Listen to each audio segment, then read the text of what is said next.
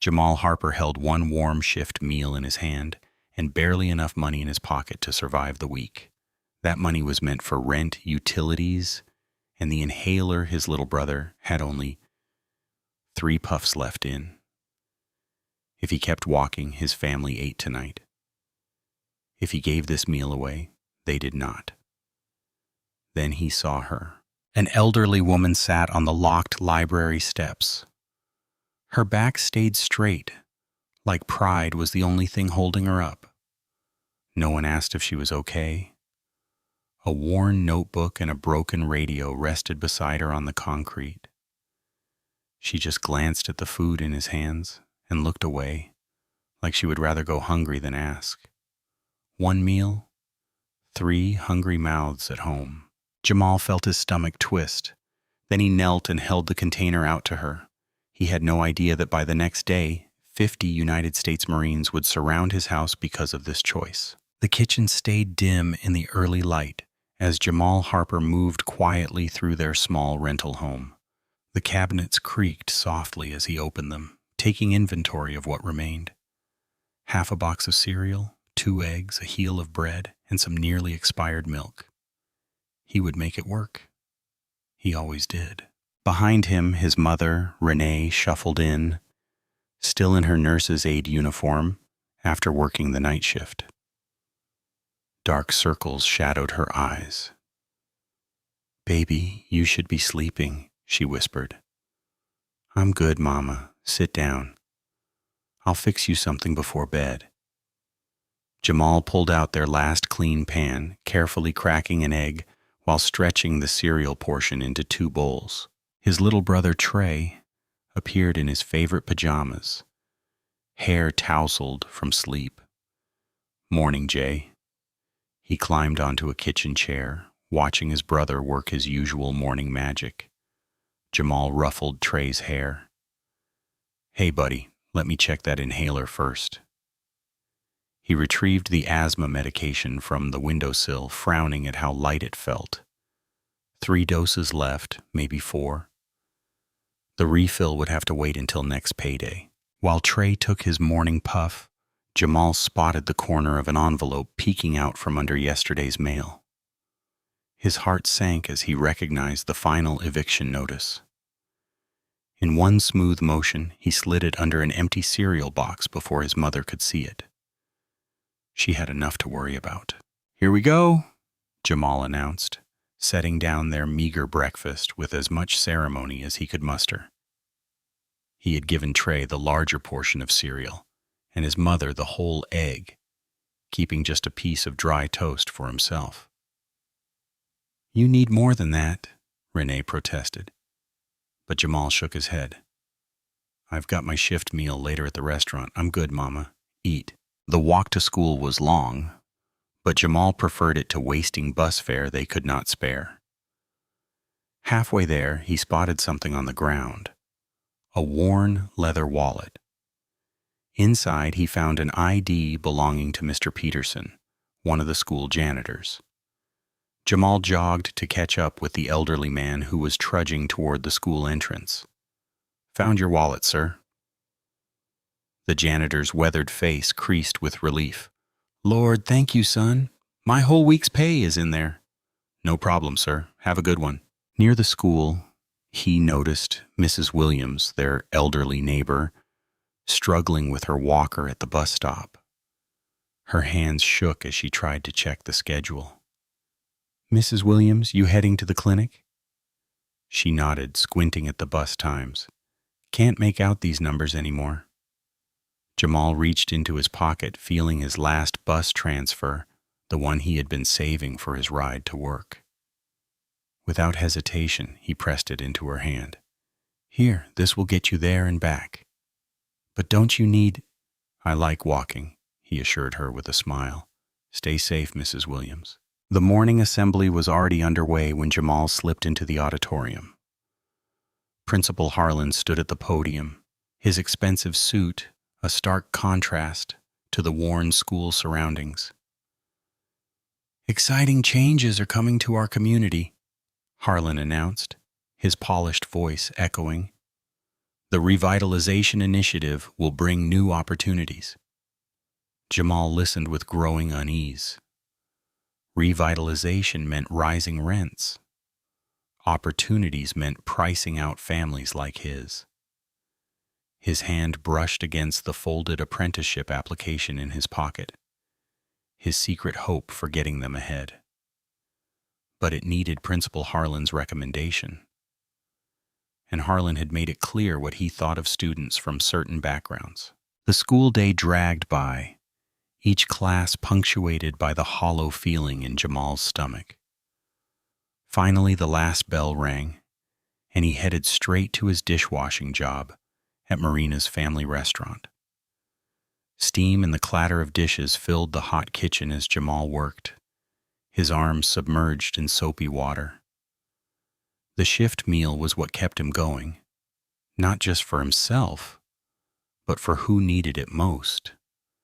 Today's special was meatloaf with mashed potatoes and green beans. His mouth watered at the thought, but his mind was already working through the math. Mama needed energy for her night shift. Trey was a growing kid, and he had seen Miss Etta huddled on the library steps, looking thinner than ever. As his shift ended, Jamal stood at the back door of the restaurant holding the single foam container of food. The weight of it felt like gold in his hands. His stomach cramped with hunger, but he thought of his mother's exhausted face, his brother's growing frame, Miss Etta's dignity even in desperation. One meal, 3 hungry people. Jamal gripped the container tighter, weighing his choice. The evening sun cast long shadows across the cracked sidewalk as Jamal hurried past the old library building. Its boarded windows and faded closed for renovation sign had become a permanent fixture in the neighborhood. His legs ached from standing all day at the dishwashing station, but he could not slow down. The last bus home would leave soon, and he needed to get this food to his family.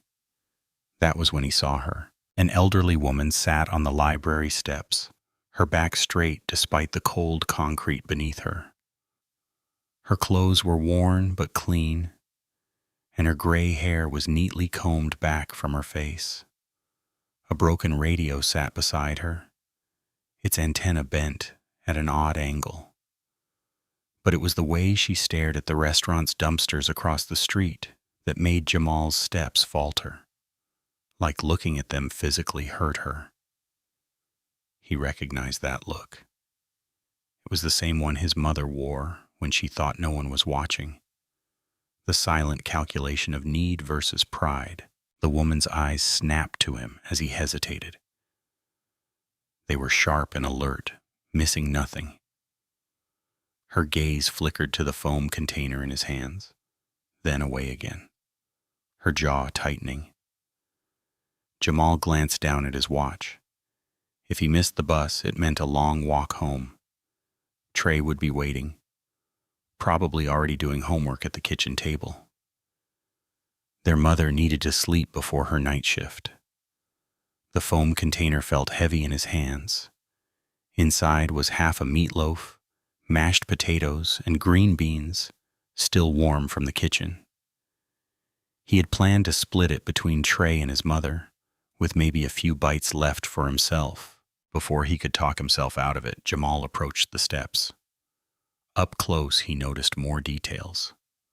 A well-worn tote bag, kept carefully clean, a small notebook with neat handwriting visible on its open pages, and shoes that had been recently polished despite their age. "Evening, ma'am," he said softly, kneeling down to her level. "I work at Marina's back there. Would you like to share some dinner?" The woman's eyes narrowed. "I don't take handouts, boy." "It's not a handout," Jamal said. "It's my shift meal. Too much for just me." He kept his voice casual, respectful. She studied him for the long moment, her gaze taking in his school ID badge, his dishwashing uniform, the careful way he handled the container. Her eyes lingered on his hands, clean but rough from hot water and industrial soap. "What's your name?" she asked finally. "Jamal Harper, ma'am." "Miss Etta Grayson," she replied. "Miss Etta to most folks." She paused, then added with unexpected fierceness, "Don't you dare offer me money. Food is kindness. Cash is control. There's a difference." Jamal nodded, understanding completely.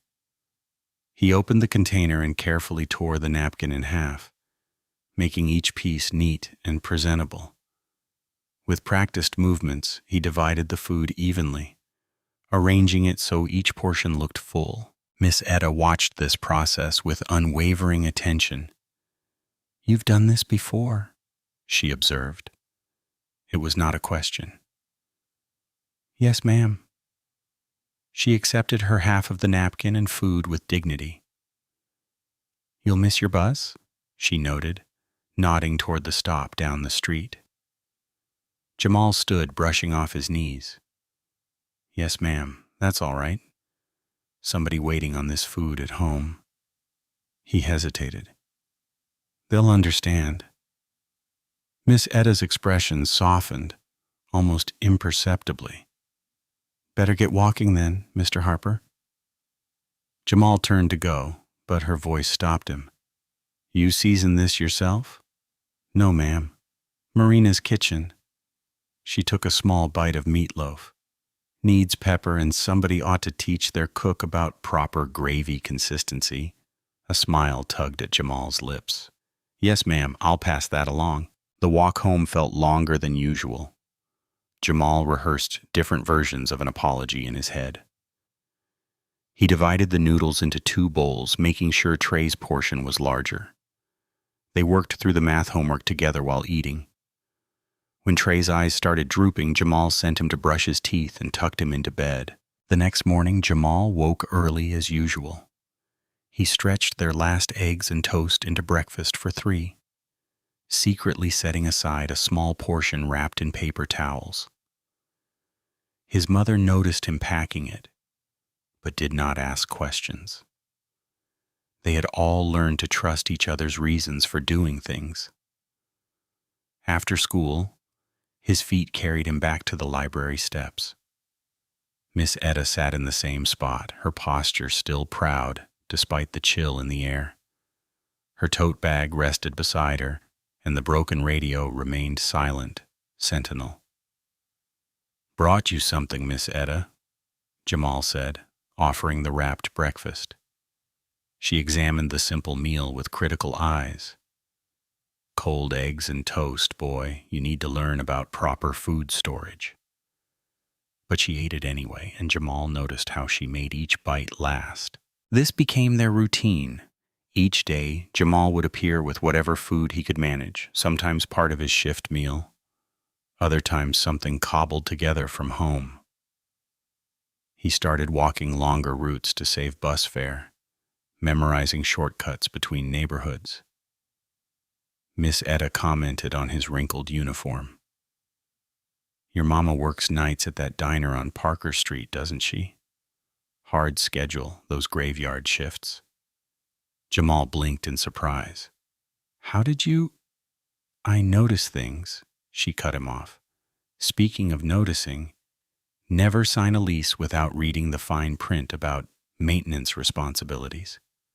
Landlords love to hide their duties in paragraph 6. Another day, she critiqued his sandwich-making technique while scribbling in her notebook. "Diagonal cuts taste better than straight ones. That's just facts." But it was what she did not say that caught Jamal's attention. He began to notice how her eyes tracked certain cars that passed by, particularly the shiny black ones with tinted windows. How she would write quickly in her notebook when men in expensive suits walked past, muttering numbers under her breath that sounded like license plates. One evening they shared the last of his shift meal, a slightly dry chicken sandwich that she declared needed more mayonnaise, but at least it was not yesterday's tuna surprise. A group of suited men exited the building across the street, their shoes clicking importantly on the sidewalk. Miss Etta's hand moved to her notebook with practiced speed, but this time it fell open facing Jamal. He caught a glimpse of neat columns, dates, times, addresses, license plate numbers paired with location codes, names connected by arrows to what looked like property listings. Before he could make sense of any of it, she snapped the notebook shut with surprising quickness. "Getting dark early these days," she said casually, but her eyes were sharp as she tucked the notebook away. "Best head home before your mama worries." Jamal stood slowly, brushing crumbs from his pants. "Same time next week, Miss Etta." She nodded once, already turning her attention to a sleek car crawling past the library. "Mind how you go, Mr. Harper. And remember what I said about those leases." The kitchen hummed with the clatter of dishes and the hiss of industrial dishwashers. Jamal's arms were elbow-deep in soapy water when Mr. Peterson, the restaurant manager, burst through the swinging doors. "Listen up, everyone." Peterson's voice cut through the noise. "The Anderson wedding party wrapped early. Double pay for anyone staying late to clean up." Jamal's hands stilled in the sink. Double pay. The words echoed in his head, mixing with the memory of Trey's wheezing that morning. The inhaler was almost empty. His mother's next paycheck would not stretch far enough to cover a refill. "And get those catering trays to the dumpster," Peterson added, already turning away. "Health code says we can't keep them." Jamal dried his hands slowly, watching as servers wheeled in cart after cart of barely touched food, perfectly good sandwiches, fresh fruit, whole trays of grilled chicken, and roasted vegetables that had never made it to the reception floor. His stomach churned, and not from hunger. He thought of Miss Etta on her library steps, of the old man who slept in the bus shelter, the teenage girl who hung around the park with her little sister, both of them too thin, too quiet. The decision crystallized in his mind, like frost on a window. He knew it was wrong, technically, legally wrong. But there was a different kind of wrong pressing on his conscience, a heavier kind that came with watching good food die while good people went hungry. Jamal moved carefully, deliberately. He grabbed clean takeout containers from the stack by the prep station. Containers meant for garbage anyway. His hands were steady as he transferred portions of food, making each container a proper meal. Not too much, not too little. Just enough to keep someone's dignity intact while filling their stomach. "What are you doing back there, Harper?" one of the other dishwashers asked. "Taking out trash," Jamal answered, which was not exactly a lie. These containers were headed for the dumpster one way or another. He worked quickly, efficiently, the way his mother had taught him to pack lunches when money was tight. One container for Miss Etta. She would probably complain about the wedding chicken being too dry, but she would eat it. Another for the bus shelter man. 2 smaller ones for the Park sisters. The back door was so close. Just 3 more steps. "What the hell is this?" Peterson's voice cracked like a whip. Jamal froze, containers balanced in his arms as the manager stormed across the kitchen. Other workers stopped to stare, their faces a mix of pity and relief that it was not them. "Stealing from me?" Peterson grabbed one of the containers, popping it open. "After I gave you a job, this is how you repay." "It was going to the trash," Jamal said quietly. "That's not your call to make." Peterson's face had gone red. "This is my restaurant, my food, my reputation on the line if someone gets sick. You think I want headlines about my business feeding dumpster dinners to homeless people?" The word homeless hit Jamal like a slap. He thought of Miss Etta's clean shoes, her careful handwriting, her dignified posture. She was not just homeless. She was a person with a name and a story and a right to eat. "I'll call the police," Peterson threatened, reaching for his phone. "Get them down here right now." "Go ahead." Jamal's voice remained steady even as his hands shook. "Tell them I couldn't watch food die while people are alive." The kitchen had gone silent. Even the dishwasher seemed to be holding its breath. Peterson's eyes narrowed. "You're fired. Get out of my kitchen and don't expect a reference." Jamal set down all but one container, Miss Etta's portion. He untied his apron slowly, folded it with the same care he used for Trey's school clothes, and placed it on the prep counter. Then he walked out, spine straight, chin up, the way Miss Etta sat on her library steps. The evening air hit his face like a wake-up call. No job, no reference, no way to help with Trey's inhaler, or the rent, or any of the other bills piling up at home. His hands were really shaking now, and his legs felt weak as he started walking toward the library. But the container in his hands was still warm, and he thought about what his mother always said. "We do what's right because it's right, not because it's easy." The familiar path to the library stretched before him. Each step felt heavier than the last, weighted down with consequences he would have to face eventually. But for now, he had a promise to keep. Miss Etta would be waiting, ready with her sharp comments and sharper eyes. And somehow that thought steadied him, even as his world crumbled around the edges. Jamal's steps slowed as he approached the library. The familiar corner where Miss Etta always sat was empty. No flattened cardboard, no broken radio, no tote bag filled with her mysterious notebooks. Just bare concrete, swept clean as if she had never existed. "Miss Etta." His voice echoed off the building's stone facade.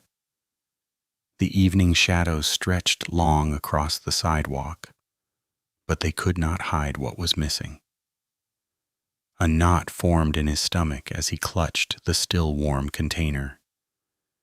He set it down carefully where she usually sat, then began searching the surrounding blocks, the alley behind the library, the small park across the street, the covered bus stop where she sometimes took shelter during rain. Nothing. The food was getting cold, but Jamal could not stop looking. He checked the convenience store where she occasionally bought coffee with carefully counted change. The cashier shook his head. Had not seen her all day. The sandwich shop owner, who sometimes slipped her day-old bread, had not noticed her either. Darkness was settling in as Jamal made his way to the shelter 6 blocks over. The intake volunteer flipped through her logbook, frowning. "No one by that name or description today. Sorry, honey." The underpass near the railroad tracks was next. Jamal had seen outreach workers there before, talking to people who avoided the shelters. He picked his way carefully down the slope, shoes crunching on gravel. "Miss Etta," he called into the shadows. A few people stirred in their makeshift camps, but none were her. One man wrapped in a tattered blanket looked up. "The lady with the radio? Haven't seen her since morning." Something was different, though. She packed up real careful, not in a hurry. Jamal's chest tightened. He thanked the man and climbed back to street level, his mind racing. Miss Etta never left her spot before dark, never packed up her few possessions unless rain threatened. And she definitely never disappeared without warning. There was one more person to ask. Jamal jogged back to the library, hoping to catch Mrs. Sorrell before she finished locking up. The librarian had worked there for years. She had to know something about the woman who had made the steps her home. He found her at the side entrance, keys jangling as she secured the heavy door. "Mrs. Sorrell, please.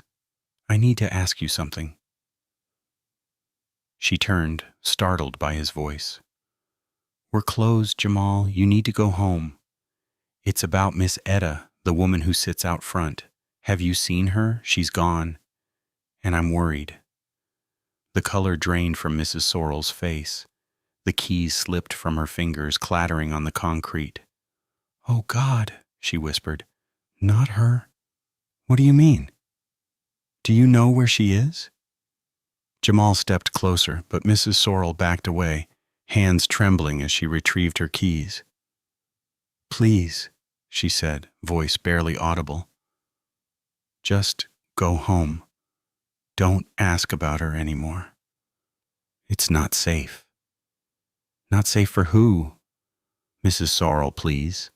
But she was already hurrying away, her heels clicking rapidly on the pavement. Jamal watched her disappear around the corner, leaving him alone with more questions than answers. The walk home felt endless. The container of wedding food sat heavy in his hands, a reminder of everything he had lost that day.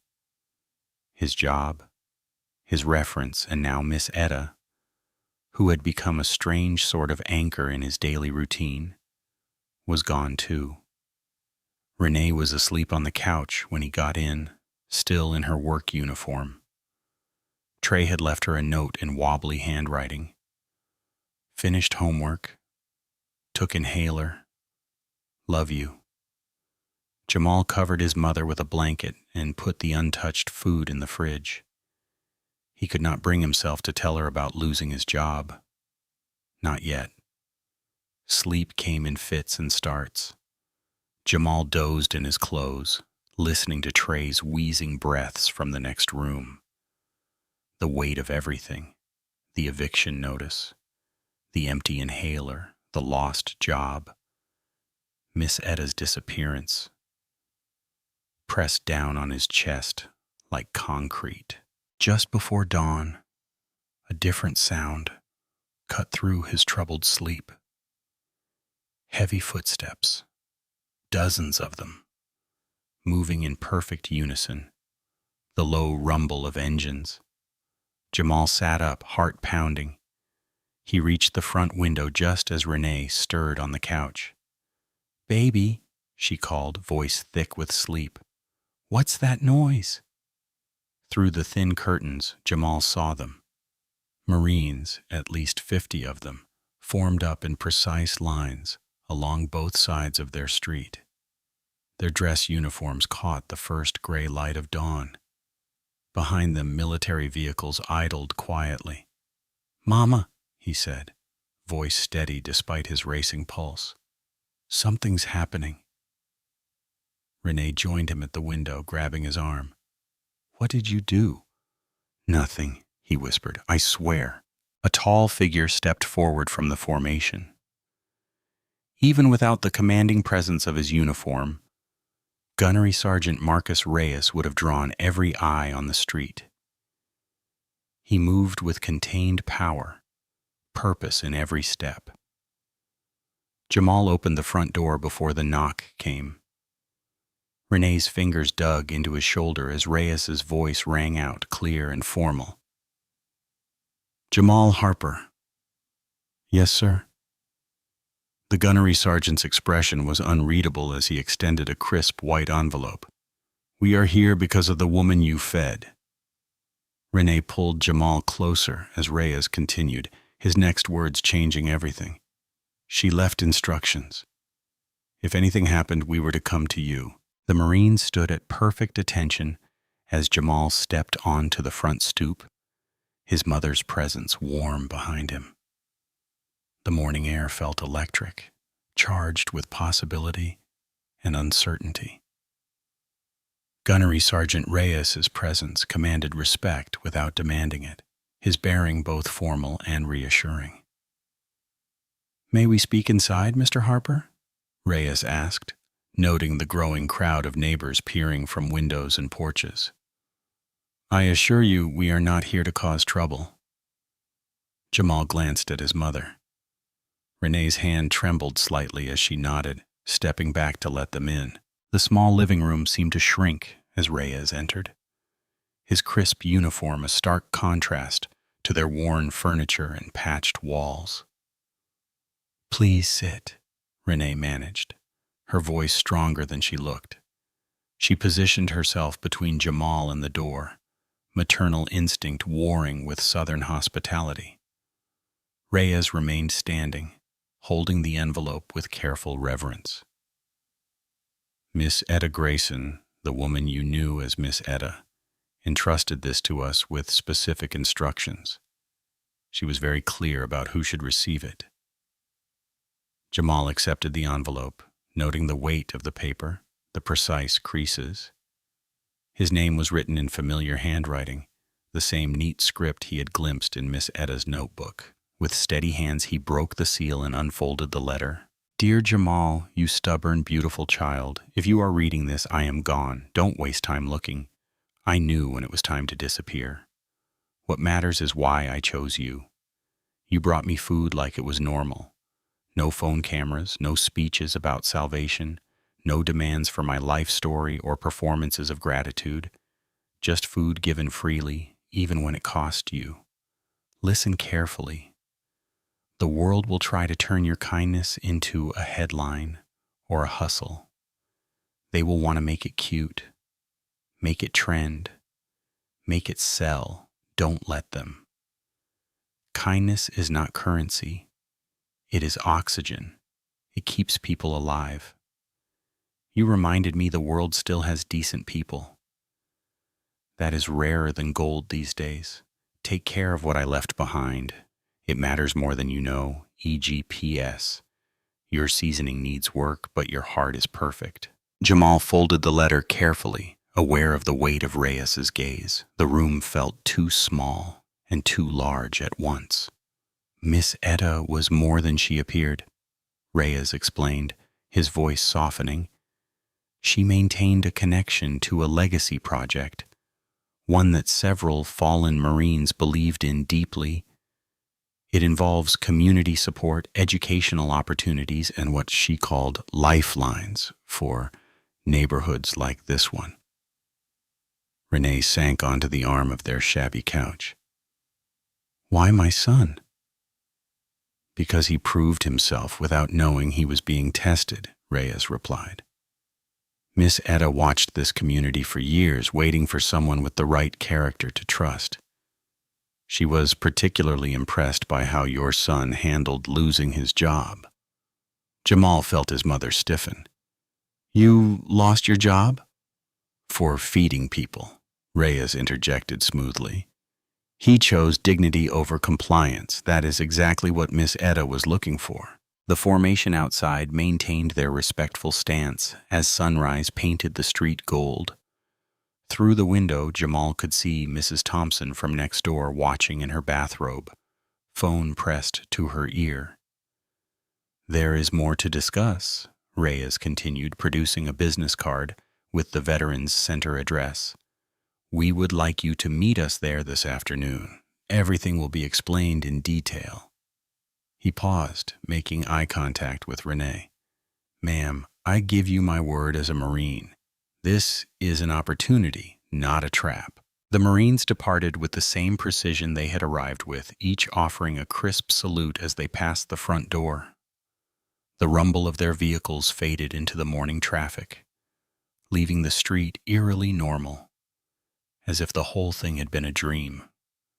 Jamal sat at their small kitchen table, turning the business card over in his hands. The embossed letters caught the light. "Veterans Service Center, Building 17. Renee stood behind him, her hands gentle on his shoulders. "Baby," she whispered, her voice carrying years of hard-learned caution and desperate hope. "Whatever this is, we do not mess it up." The morning sun streamed through their window, catching dust motes and making them dance like possibilities. Miss Etta's letter sat between them, its edges sharp and clean, holding secrets neither of them could yet imagine. The Veterans Service Center stood, solid and square, against the afternoon sky. Its red brick facade weathered but dignified. Jamal tugged at his worn hoodie, suddenly conscious of the coffee stain on one sleeve. Beside him, Renee clutched her purse like a shield, her work name tag still pinned to her collar from the night shift. Inside, the fluorescent lights hummed steadily over cream-colored walls lined with service photos and resource posters. A desk sergeant directed them to Building 17, his eyes softening when Jamal mentioned Gunnery Sergeant Reyes's name. The conference room felt both official and tired. Standard government-issue furniture that had seen better days. Jamal chose a plastic chair that did not wobble, while Renee perched next to him, back straight, ready to protect her son at the first sign of trouble. Reyes arrived precisely on time, accompanied by a woman in pressed civilian clothes, whose bearing marked her as military. "Mr. Harper, Mrs. Harper," Reyes nodded respectfully.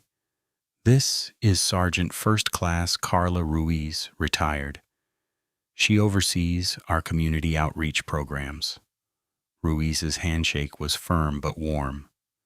"Thank you for coming," she said, settling into a chair across from them. Her movements were efficient, practiced, but her eyes held genuine kindness. "I understand this morning was quite a surprise." "That is putting it mildly," Renee murmured, her fingers still tight around her purse strap. Ruiz smiled, acknowledging the understatement. She opened a folder marked with Jamal's name. "Let me be direct about why you are here." Miss Etta Grayson was connected to several programs designed to create opportunities for young people in this community. Real opportunities, not photo ops. She laid out documents one by one. Apprenticeship listings, tutoring schedules, legal aid, contact information. "We offer structured support, job placement, educational assistance, housing advocacy. There is also a scholarship fund that has been dormant for years. Miss Etta helped establish it originally." "Why have we not heard about this before?" Renee asked, leaning forward to study a brochure. "The programs exist quietly," Reyes explained. "We are not here to create feel-good stories or recruitment propaganda. This is about honoring promises made by Marines who believed in building community lifelines." Ruiz nodded. Miss Etta was our eyes and ears. She watched for young people who showed real character, not just good grades or clean records, but genuine integrity. People who would use these opportunities to lift others up. Jamal thought about the library steps, about sharing his last meal. "She was testing people," he said quietly. "Observing," Ruiz corrected gently. She kept detailed notes, dates, names, patterns of behavior. When she saw someone worth investing in, she documented everything. She slid an application form across the table. "We would like to offer you an interview slot for the apprenticeship program. It includes technical training and union certification options." Additionally, she glanced at Renee. "We can help with immediate needs through our emergency assistance fund, like replacing an inhaler." Renee's breath caught. "How did you—" "Miss Etta noticed everything," Reyes said quietly. "She mentioned your younger son's health concerns in her notes." Ruiz produced another form. "This is preliminary paperwork just to start the process. Take your time reading it. We honor Miss Etta's principles here." Jamal remembered Miss Etta's stern voice. "Never sign anything you did not read twice." He studied each page carefully, while Ruiz continued explaining programs and possibilities. His mother's tension gradually eased as Ruiz answered questions about timelines and requirements. "There is one more thing," Ruiz said, her tone shifting slightly. Miss Etta's notebook contained information about the library property, dates, meetings, certain individuals who kept appearing. We believe it is relevant to current development plans. We received an eviction notice, Renee admitted, finally opening her purse to retrieve the crumpled paper. The whole block is being revitalized. Ruiz examined the notice, her expression hardening. This timing is not coincidental. I can connect you with a housing attorney this evening. The Marines take care of their own, and Miss Etta made it clear you are now part of this family. Jamal sat straighter, feeling the weight of that inclusion. On the wall behind Ruiz, a faded photograph showed Marines building a school somewhere dusty and far away. Their faces were tired but determined, focused on creating something lasting. An hour later, they emerged into the late afternoon sun. Jamal held a folder labeled Harper Next Steps, its contents promising more than just his future. His mother walked beside him, her shoulders lighter despite exhaustion. The bus stop bench offered a moment to breathe, to process. The folder felt solid in his hands. Not a dream, not a trick, but something real. Something earned through small acts of kindness that had not seemed significant at the time. A transit authority worker passed by, sweeping cigarette butts from the sidewalk. Without hesitation, Jamal reached into his backpack and offered the man his last granola bar. Some habits, he realized, were already permanent. The kitchen seemed brighter somehow, despite the flickering overhead light that needed fixing. Trey sat at their worn Formica table. His shoulders relaxed as he took steady breaths from the new inhaler. The old wheezing sound that had haunted his chest for weeks was finally quiet. "Better?" Jamal asked, watching his brother's face carefully. Trey nodded, managing a small smile. "Way better. It does not hurt anymore." Renee moved between the stove and sink, stirring a pot of rice. The familiar smell of butter and salt filled their small kitchen. For once, she was not counting portions or stretching meals. The Veterans Center had also provided grocery assistance along with the medical aid. "Did you see how fast they got this to us?" she marveled, shaking her head. "Same day. I have never seen paperwork move that quick before." Jamal picked up his phone, scrolling to find the apprenticeship program number. His hands were not shaking anymore when he dialed. A friendly voice answered on the second ring. "Veterans Workforce Development, this is Tracy." "Hello, this is Jamal Harper. I am calling to confirm my interview time for tomorrow morning." "Of course, Mr. Harper, you are scheduled for 9 a.m. with Mr. Rodriguez in Building 17.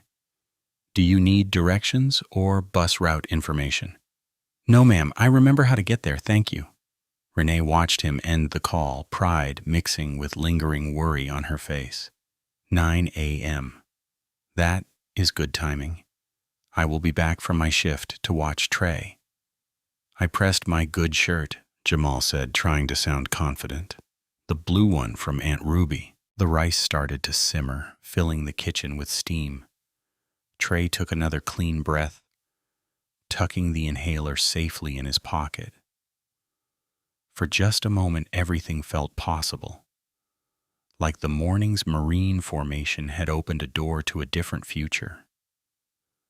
The letter carrier's heavy knock shattered their peace. 2 hours later, Jamal signed for the certified envelope, his stomach dropping at the sight of their landlord's return address. Inside, legal language marched across the page in cold black type. Multiple code violations. Immediate action required. Accelerated timeline. 72-hour notice. Let me see that. Renee's hands trembled as she took the letter. This is impossible. We just had an inspection last month. Everything passed. Jamal read each line carefully, remembering Miss Etta's warnings about paperwork.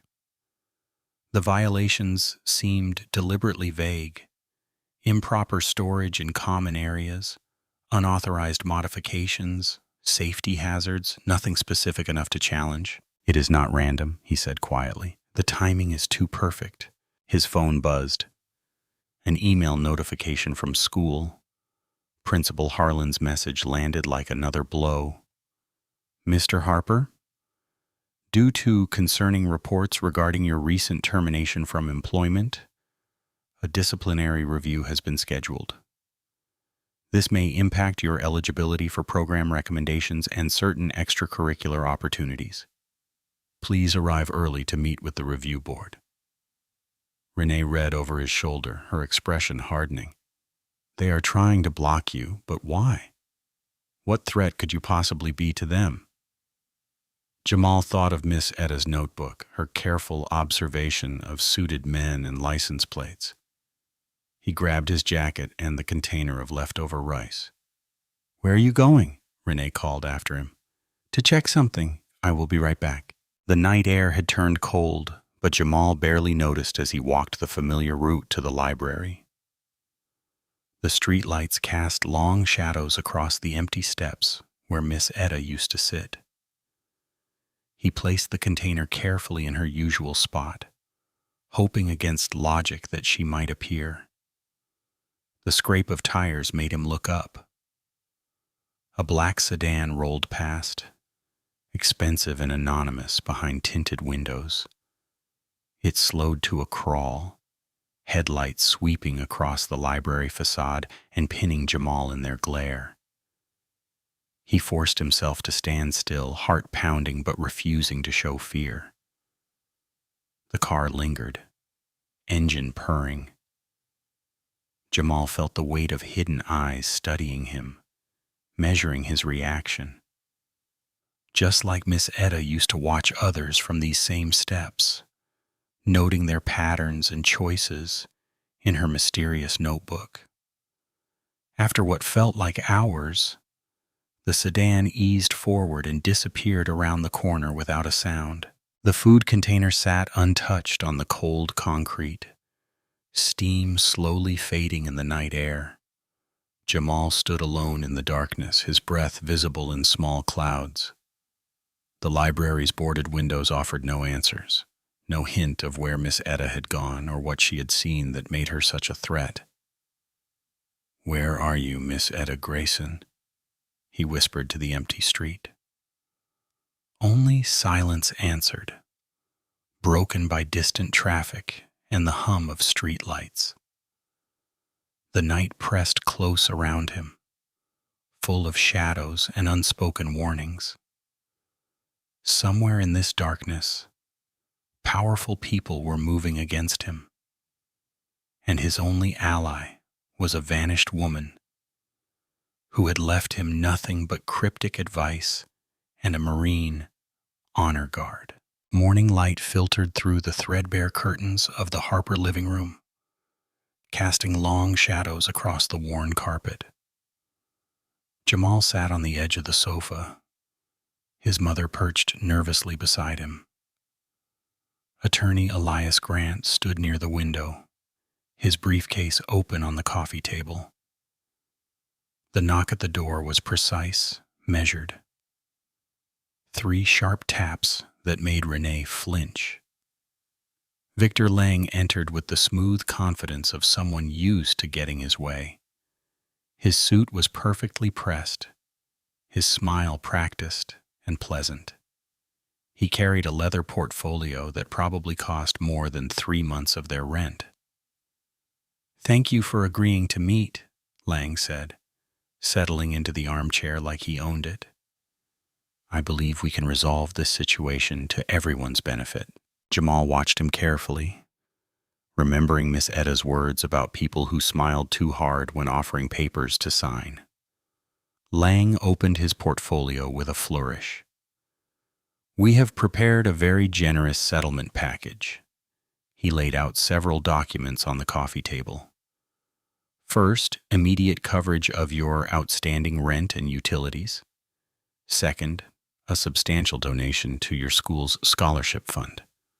Third, your current landlord has agreed to withdraw the eviction notice entirely." Renee's breath caught. Jamal felt her trembling beside him. "All we need," Lang continued, "is your signature on a simple statement clarifying recent events." He slid a paper forward, just acknowledging that Miss Etta was understandably confused about certain matters and that you may have misinterpreted her needs during your interactions. Grant stepped closer, eyes narrowing. "And the gag order?" "A standard confidentiality agreement," Lang said smoothly, "along with transfer of custody for any related materials, personal effects, documents, that sort of thing. For proper archiving, of course." Jamal picked up the document, forcing himself to read every word twice. The language was dense, but the trap was exactly where Miss Etta had warned it would be.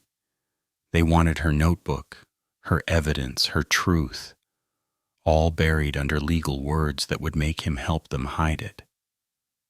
"Baby," Renee whispered, her voice cracking. "Think about Trey. Think about having a real home again." Jamal looked at his mother's exhausted face, seeing all the years of struggle etched there. The money would solve so many problems. One signature, and they could breathe again. But Miss Etta's voice echoed in his mind. "Food is kindness. Cash is control." "No," Jamal said quietly, setting the paper down. Lang's smile flickered. "I am sorry." "I said no." Jamal's voice grew stronger. "I will not sign that."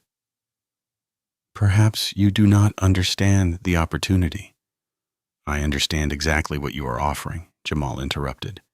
"You want me to help you bury the truth, make it look like Miss Etta was just some confused old woman, so nobody believes what she documented about your deals." Grant stepped forward. "In fact, we will be filing a protective motion today regarding Miss Etta's documents and requesting an emergency hearing about witness intimidation." The pleasant mask slipped from Lang's face. "You are making a serious mistake, young man. This community needs progress, development. We cannot let one stubborn boy and a homeless woman's delusions stand in the way." His voice hardened. "You will be made an example of. Is that what you want?" "What I want," Jamal said, standing up, "is to honor the truth." "Mr. Grant, can you drive me to the Veterans Center?" "Of course." "You are throwing away your future," Lang warned, gathering his papers. "No," Jamal replied. "I am choosing it." He turned to Grant. "I want to request a formal Marine escort to the library. Public, official, in broad daylight. Let us bring everything into the open." Lang's jaw tightened. Without another word, he strode to the door, his expensive shoes clicking against the floor. When he was gone, Renee buried her face in her hands. "Jamal, what have you done?" "What Miss Etta taught me to do, Mama. Read twice. See the trap. Choose dignity." An hour later, Jamal sat in Grant's office signing different papers, documents placing Miss Etta's evidence under formal protective custody. His hand was steady as he wrote his name. "This will not be easy," Grant warned. "They will fight hard to discredit both you and Miss Etta." "I know," Jamal said. "But some things matter more than easy." He thought of Miss Etta's fierce eyes in that hospital room, of all the meals shared on those library steps. Sometimes you have to stand in the open and let the truth speak for itself. Late afternoon sunlight slanted across the hospice parking lot as automatic doors whispered open. Nurse Tanya Lewis wheeled Miss Etta Grayson out carefully, adjusting the thin blanket across her lap. Though frail, Miss Etta sat straight-backed in the wheelchair, her dignity intact. Gunnery Sergeant Marcus Reyes stood at parade rest beside the entrance, his presence both protective and respectful. 6 Marines in dress uniforms formed a small honor detail behind him, their bearing crisp and formal. Jamal walked next to Miss Etta, his hands gentle on the worn canvas tote bag she had entrusted to him. The bag felt lighter than air, yet he knew its contents carried the weight of years of careful observation and truth. Renee followed a few steps behind, one hand on Trey's shoulder. The boy's fingers twisted in the sleeve of Jamal's jacket, his eyes wide as he watched the Marines. "You nervous, baby?" Miss Etta asked, glancing up at Jamal. "No, ma'am," he answered softly. "Just ready." She nodded, satisfied. "Good boy. Truth walks better with steady legs." They moved as a group through the streets of town, the Marines maintaining perfect formation around them. The unusual procession drew attention. Neighbors emerged from porches and shops, first curious, then subdued as they recognized the military presence. Some removed their hats, others simply watched in respectful silence. At each intersection, Reyes coordinated with his detail to ensure safe passage. The Marines moved with practiced precision, their boots striking the pavement in perfect rhythm. The sound echoed off buildings like a heartbeat. Trey whispered, "Jamal, why are they all watching?" "Because sometimes," Jamal answered quietly, "doing the right thing needs witnesses." As they approached the library, more people gathered. Mrs. Sorrell stood nervously near the steps, wringing her hands. Sergeant First Class Carla Ruiz arrived with attorney Elias Grant, accompanied by a small group of veterans in civilian clothes. Community members who had seen the Marines pass through town began to collect at a respectful distance. "There," Miss Etta said firmly, pointing to a spot facing the library's main entrance. "Position me there." Nurse Lewis carefully maneuvered the wheelchair into place. The afternoon sun caught the library's weathered facade, highlighting years of neglect, but also its underlying dignity. Like Miss Etta herself, it remained proud, despite hardship. The Marines adjusted their formation to create a protective semicircle. Reyes stood at parade rest, slightly behind Miss Etta's right shoulder, a silent guardian. Miss Etta's voice, though aged, carried clearly across the gathered crowd. "I speak now as witness and guardian. For years, I have documented the systematic pressure placed on property owners in this neighborhood. Threats disguised as opportunities, buyouts masked as charity." She gestured to her tote bag in Jamal's hands. "Every meeting, every false promise, every coerced signature, it is all recorded here along with proof of how the library's closure was engineered to devalue the area." Movement at the edge of the crowd drew attention. Victor Lang appeared, his usual polish cracking as he realized what was happening. He started forward, face flushed with anger. "This is outrageous," he began. Reyes took one step forward, his presence alone forming an invisible wall. He did not speak or touch Lang. He simply stood, steady and immovable. The developer's words died in his throat. Miss Etta continued as if there had been no interruption. I chose my position carefully. I watched from these steps as they tried to empty our community, waited for someone who understood that kindness is not weakness, it is strength. Her eyes found Jamal. This young man fed me without asking for praise or payment. When they fired him for sharing food, he did not blame me. When they threatened him, he did not break. That is why I named him in my instructions. Character is not what you claim in daylight. It is what you do in shadows when no one is watching. She nodded to Grant and Ruiz. The notebook and supporting documents are to be released to them publicly and officially. Let every page see sunlight. The crowd had grown larger, phones recording, witnesses gathering. Mrs. Sorrell stepped forward, shoulders straightening as she added her own quiet voice. I will testify about what I saw. No more hiding. The setting sun painted the library steps in deep gold as Miss Etta reached for Jamal's hand. Her fingers were thin but warm as she covered his palm with hers.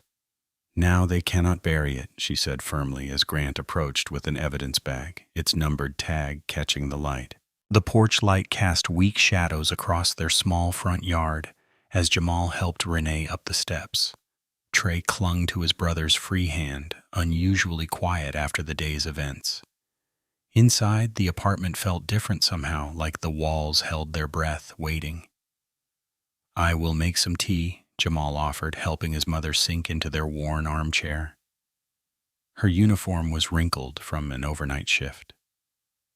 Before he could reach the kitchen, red and blue lights washed through the front windows. A patrol car crept past their house, moving slower than a walking pace. The officer inside made a point of writing something down, his dome light illuminating his stern face. They are trying to scare us, Trey whispered, pressing closer to Jamal's side. Just watching, Jamal corrected gently, though his jaw tightened. Let them watch. We did not do anything wrong. His phone buzzed with an email notification. Principal Harlan's message was carefully worded, but clear in its threat. Due to recent concerning behavior and pending investigation of community complaints, you are temporarily removed from regular attendance. Jamal set the phone down before finishing the message. He had expected this. Harlan trying to control the story before it controlled him.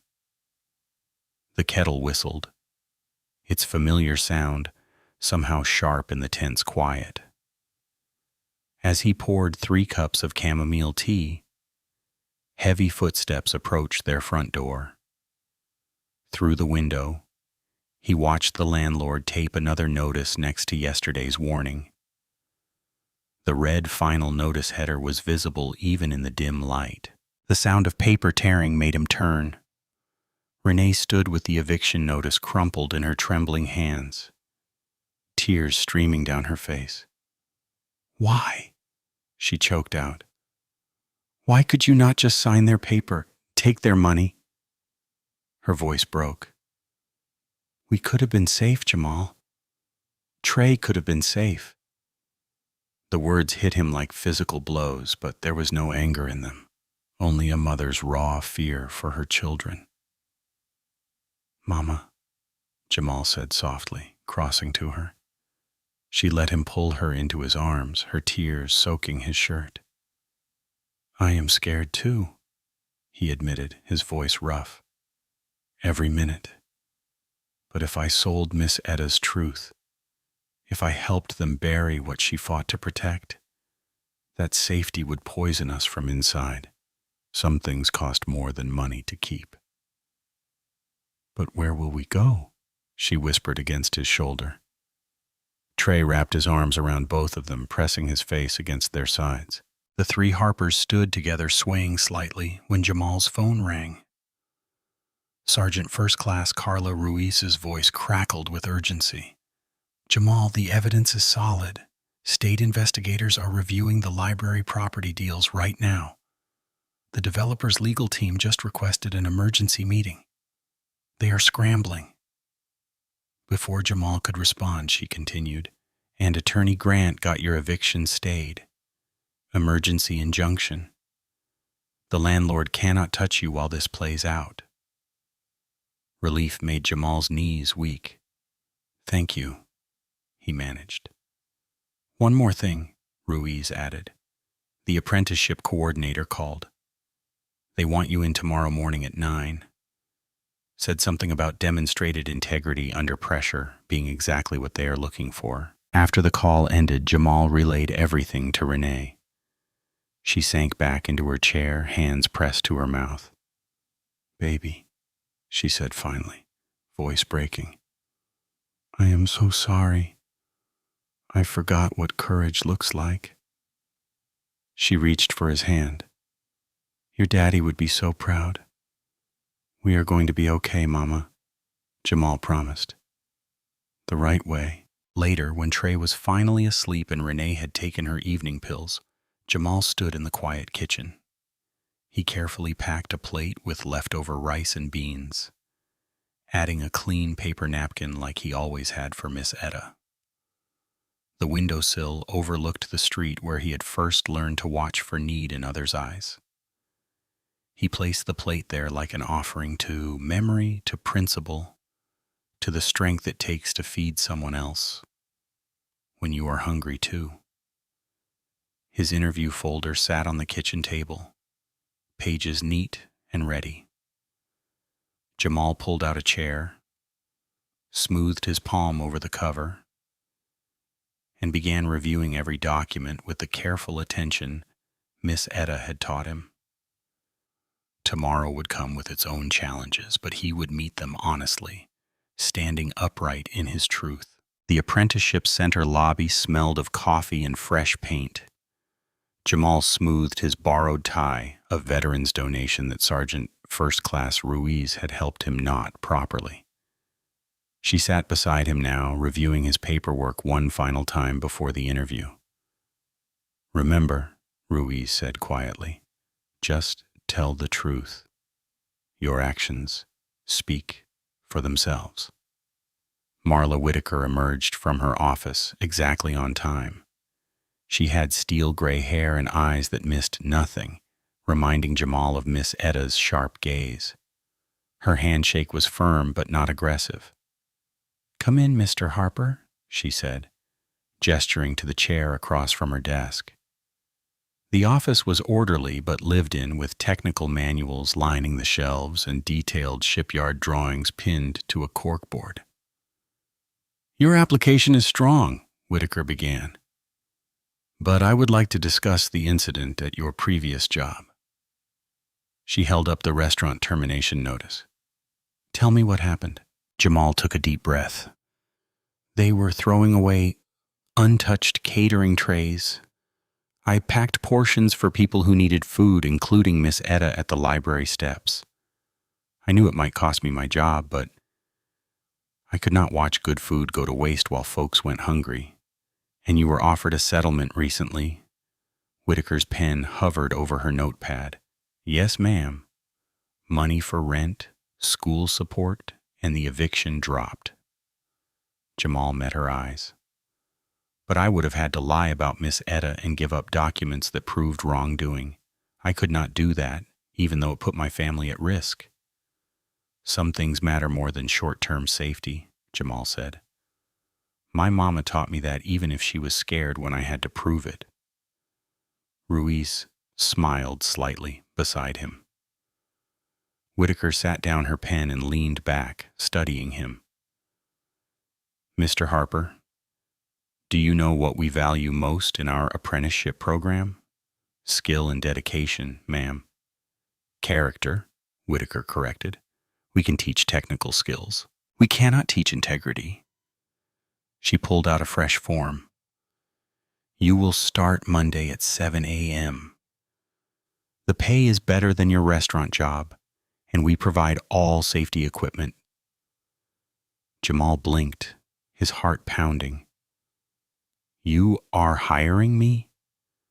I am investing in you, Whitaker said, Someone who chooses right over easy, who thinks about others' needs. That is who I want learning our trade. She started writing. Sergeant Ruiz will help with the paperwork. Welcome aboard. The rest of the morning passed in a blur of forms and safety regulations. By afternoon, Jamal had a start date, a uniform allowance, and hope burning bright in his chest. He went straight to the hospice after orientation. The halls were hushed, and Nurse Lewis met him with gentle eyes. "She has been asking for you," she said, softly, "but she is very tired today." Miss Etta lay against white pillows, her fierce spirit still visible but fading like sunset. Her eyes opened when Jamal took her hand. "Tell me," she whispered. "I got the apprenticeship," he said, "and the investigation is moving forward. Your documents are safe. The truth is coming out." Miss Etta's thin fingers tightened once around his. A small smile touched her lips, and her eyes drifted closed. Her breathing was peaceful. "Rest now," Jamal murmured. "We will keep watch." Weeks flowed past like water. The investigation expanded, revealing layers of corruption around the library property deals. The emergency injunction became permanent protection for the Harper family's housing. Principal Harlan resigned ahead of a discrimination inquiry. Then came the day Jamal had dreamed of, the library's reopening ceremony. The building gleamed with fresh paint, its steps swept clean. A new sign declared the Grayson Corner Community Resource Center in bold letters. Inside, the transformation was complete. One wing housed tutoring spaces and job search computers. The main room balanced books with food pantry shelves. A quiet room offered safety for kids who needed escape. And at the center, a meal table stood ready. Trey proudly helped Jamal arrange containers of hot food, wearing a small apron with volunteer printed across the front. Renee had signed up for evening shifts, saying she wanted to be part of the change. As dusk approached, Jamal noticed a teenager lingering near the steps, trying to look invisible despite his obvious hunger. The boy reminded him of himself, pride warring with need. Jamal filled a fresh plate and carried it outside. A new bench stood where Miss Etta had once sat, her name carved in simple, dignified letters. He set the plate down gently. The teenager hesitated, shoulders tight with shame. "You do not have to thank me," Jamal said quietly, echoing words that had changed his own life. "Just eat." If you enjoyed the story, leave a like to support my channel, and subscribe so that you do not miss out on the next one. On the screen, I have picked 2 special stories just for you. Have a wonderful day.